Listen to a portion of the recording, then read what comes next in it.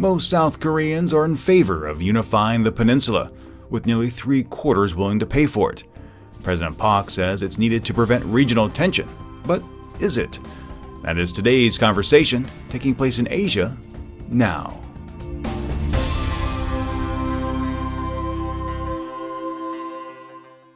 A recent survey by Hanguk Research, conducted on behalf of the Chosun Ilbo and the Korean Political Science Association, Ministry of Patriots and Veterans Affairs, released some very interesting data on how South Koreans feel about unification. Overall, 68% said unification would benefit both Koreas, while only 15.7% feel the process would only help North Korea, and 14.1% said that it would hurt both sides.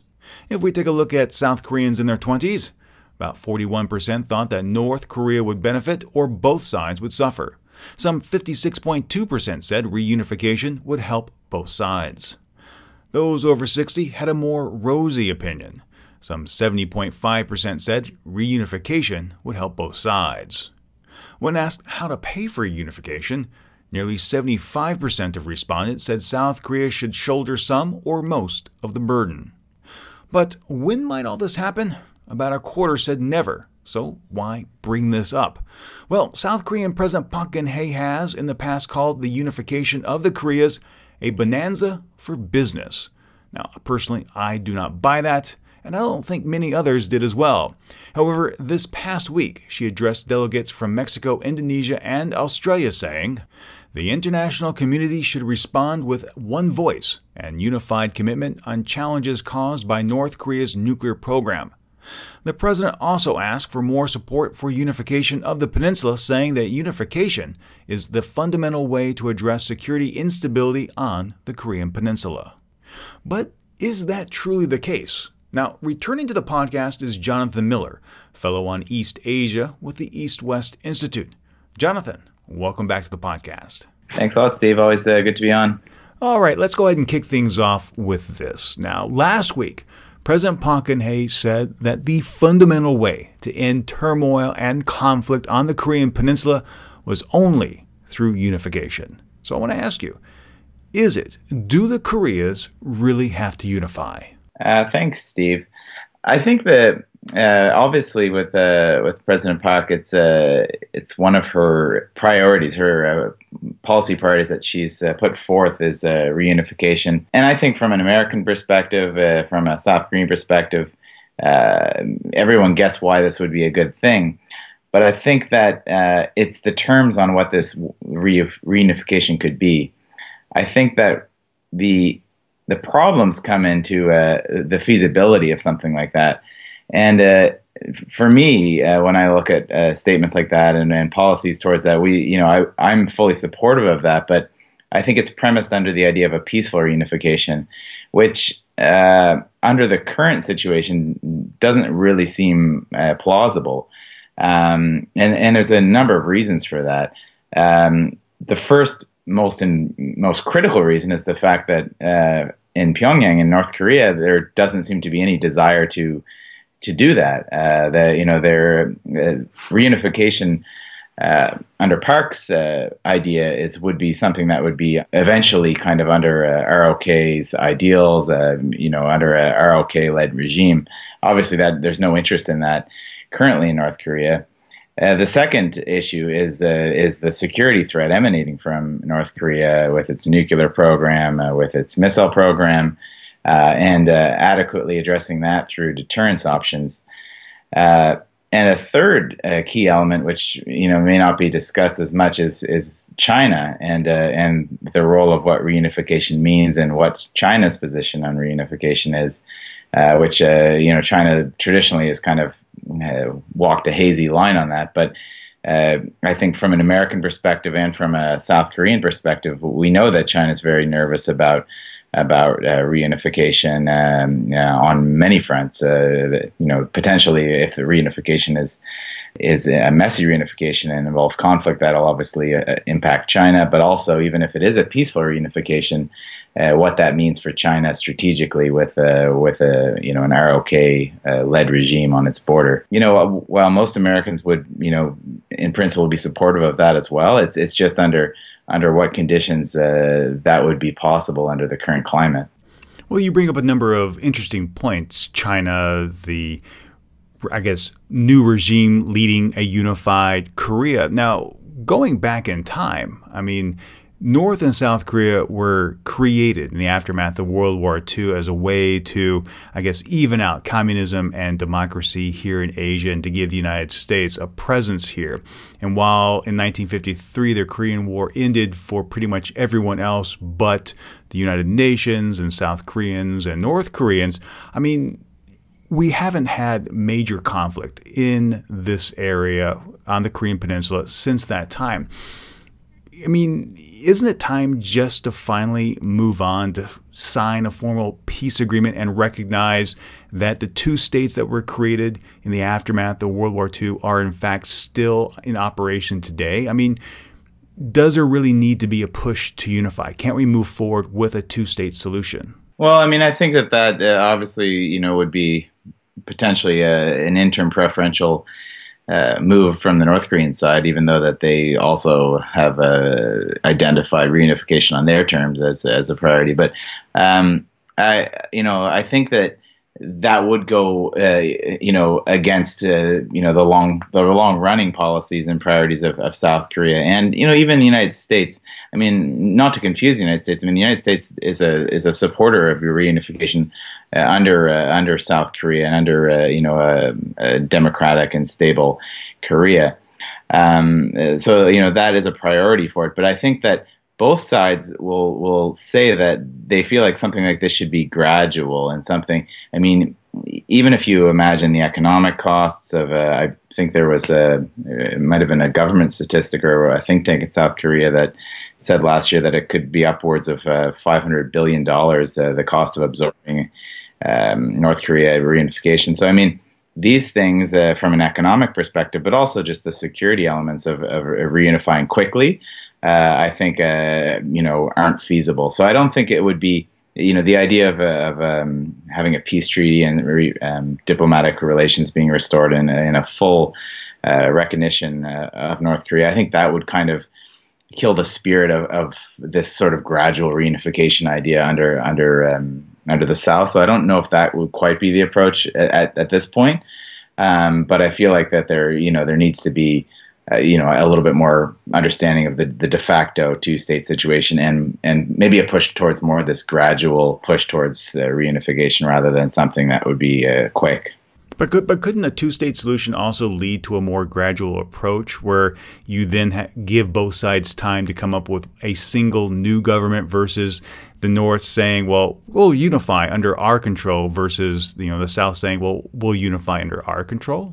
Yeah, well, I mean, definitely there's that possibility. I mean, I think one of the big issues here is the uncertainties, the political uncertainties in North Korea. I think that's the main wild card here is as you probably know, talking to many people on North Korean issues, it's hard to be a North Korean expert because although they can be predictable in many realms, in many other ways it's anyone's guess on what's happening. And I think, although we've been hearing things of, talk here and there of instability, then we also hear, several people with inside information that basically says that things are quite stable. And even if the Kim regime was to fall, that there would probably be a military junta that would take over and have very similar ideals. So I think that's, it's, whether something like that, a two-state solution would lead to a kind of a gradual change in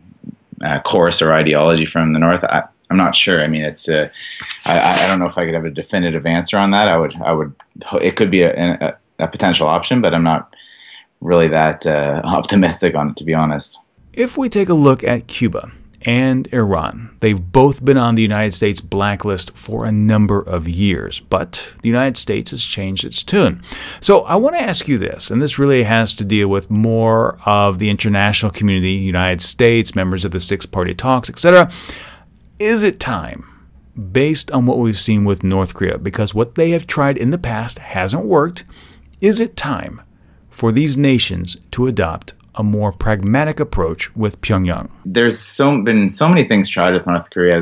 I think that is the kind of the problem. I mean, even if you look at the Iran and the Cuban examples, I mean, with Cuba, I think it was a little bit different without the more direct security threat issue that would be something like North Korea would have to the United States and its allies. But there was obviously political tensions over there, and they were listed on the state sponsors of terrorism, which was recently removed. And the Obama administration is moving forward on restoring diplomatic relations. I believe they have made that decision now. So I think there's some lessons to be learned there. But if you even look at in the North Korean example, I think it was in 2008, the George W. Bush administration rescinded the state sponsor on terrorism as a kind of a pragmatic stick or a carrot to the North. And with hopes that there would be a concession back on the nuclear program, and that never really happened. And if you look at the Iranian example now as well, I mean, what this potential agreement that is still kind of in the works right now, I mean, although it's not a complete analogy to it, it sounds something similar to the 1994 agreed framework that the U.S. had with the North Koreans. And, we kind of saw what happened with that. Now, that's not to fully blame the North for that. I mean, there was also political considerations in the U.S. that kind of ended up scuttling that deal, and then with the George W. Bush administration and 9/11, things kind of the narrative changed with regards to the North. But it goes to show that the U.S. has tried many different avenues with the North previously, and it seems that they've kind of gotten to this point where nothing has really worked, and in the meantime, the North has been able to develop its nuclear weapons program, both on the plutonium and uranium side, and its ballistic missile program. So it's not that they should stop trying, but they have tried a lot of these options, and they haven't been so successful thus far. All right, one last question. We're entering the second half of 2015. Time to get your crystal ball out. Anything you might expect to see from the DPRK as we conclude 2015? Well, I mean, it's as I said, the North Koreans sometimes are very unpredictable, but you can predict certain things on certain dates. Whether it's the death anniversaries of some of their former leaders. One thing that, from a political rhetoric standpoint, you can expect the North, I'm sure, to kind of come out with something in August when Japan makes its statement on World War II. I'm sure that there will be a statement coming out there. Most likely you will have the continual cyclical threats whenever there's bilateral war games happening between the U.S. and the ROK. So I think those are things that are almost routinely that we can kind of expect as North Korea watchers. These things kind of happen, almost on cue every year. But otherwise, I'm not sure as far as what something larger than that. I think the next nuclear test is always something that everybody's thinking about, and I think that realistically could happen pretty much at any time if the political conditions were right for the North Koreans, if they felt that was a good card for them to play. So that's something I think that we're always looking out for. All right. Thank you so much, Jonathan Miller with the EastWest Institute. Always a pleasure to have you on the podcast. Thanks, Steve. Always a pleasure to be on. Now, one other piece of DPRK news. A North Korean expert on biochemical weapons defected to Finland last month, carrying with him about 15 gigabytes of human experiments results. Mr. E fled via the Philippines, and a rights group says he plans on testifying at the European Parliament this month to highlight North Korea's abuses of its own citizens.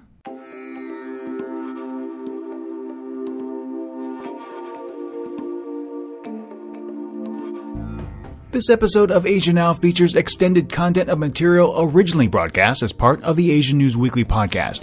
If you enjoyed the podcast, please share it with your friends, and if you haven't, subscribe.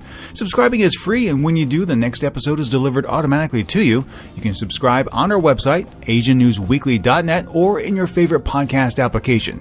You can also keep up with more news from the region by following Asian News Weekly on Facebook or Twitter. And if you have any comments, questions, or feedback, please drop us an email message. That address is podcast@asiannewsweekly.net. Thank you so much for joining us, and until next time, remember to be true to yourself and to always be awesome.